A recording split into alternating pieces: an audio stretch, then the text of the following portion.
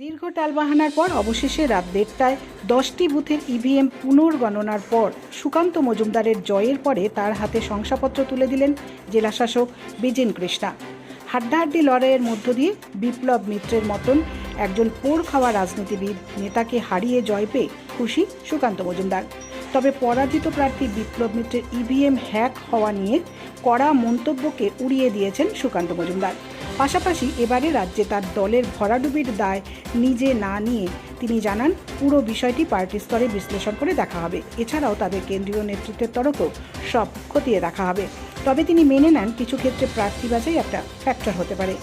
দিলীপ ঘোষের মতো নেতাকে অন্যত্র সরিয়ে নিয়ে যাওয়া প্রসঙ্গে তিনি বলেন, উনি আমাদের শ্রদ্ধেয় ব্যক্তি, উনাকে দেখেই আমাদের দলের কাজে আসা উনি লড়াকু নেতা। আমরা ভেবেছিলাম উনি আসল বদলালেও লড়কে লেঙ্গে মতো লড়াই করে জিতে আসবেন। আর কি বললেন সুকান্ত মজুমদার, শুনুন।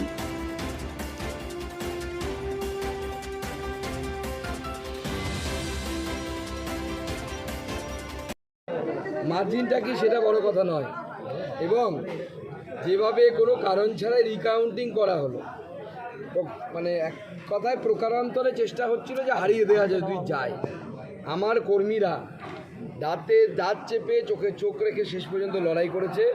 এই জয় আমি পশ্চিমবঙ্গবাসী এবং আমার এই জেলার ভারতীয় জনতা পার্টির সাধারণ কর্মীদেরকে আমি এটা উৎসর্গ করলাম।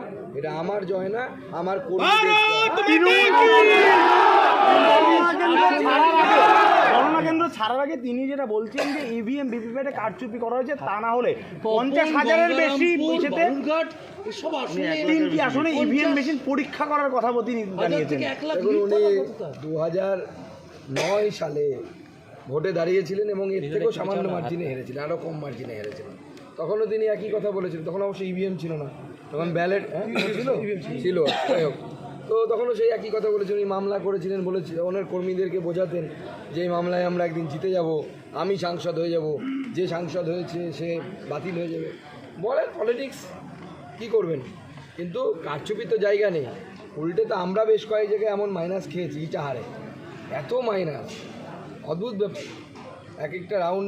কয়েকটা রাউন্ডে 14,000, দুটো রাউন্ডে 14,000 মাইনাস খেয়েছে ইটাহারে, যেটা অবিশ্বাস্য। আমরা কি ইভিএম এর প্রশ্ন তুলব না? এখন হয়েছে।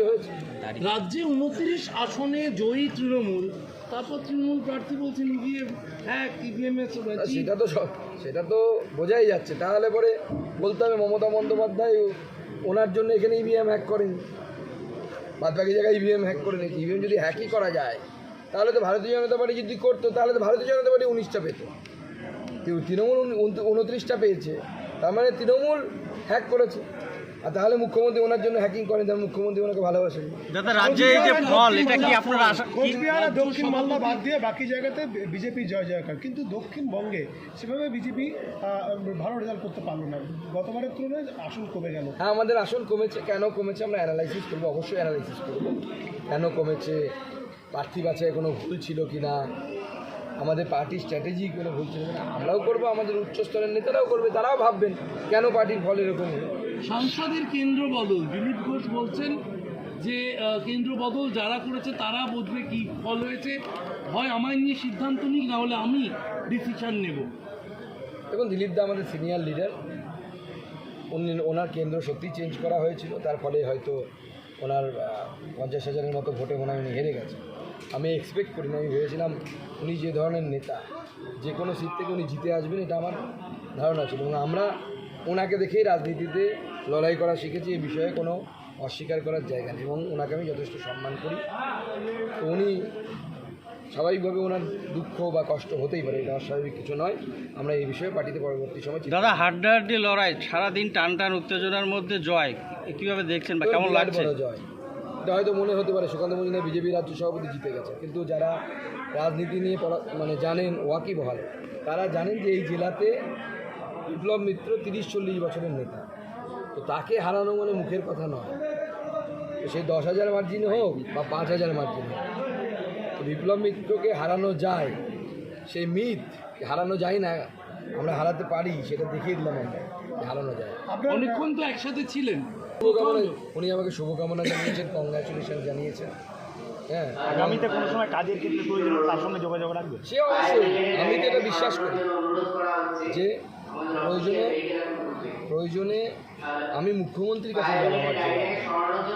আমাকে মানুষ সেই কাজই দিয়েছে। ধন্যবাদ।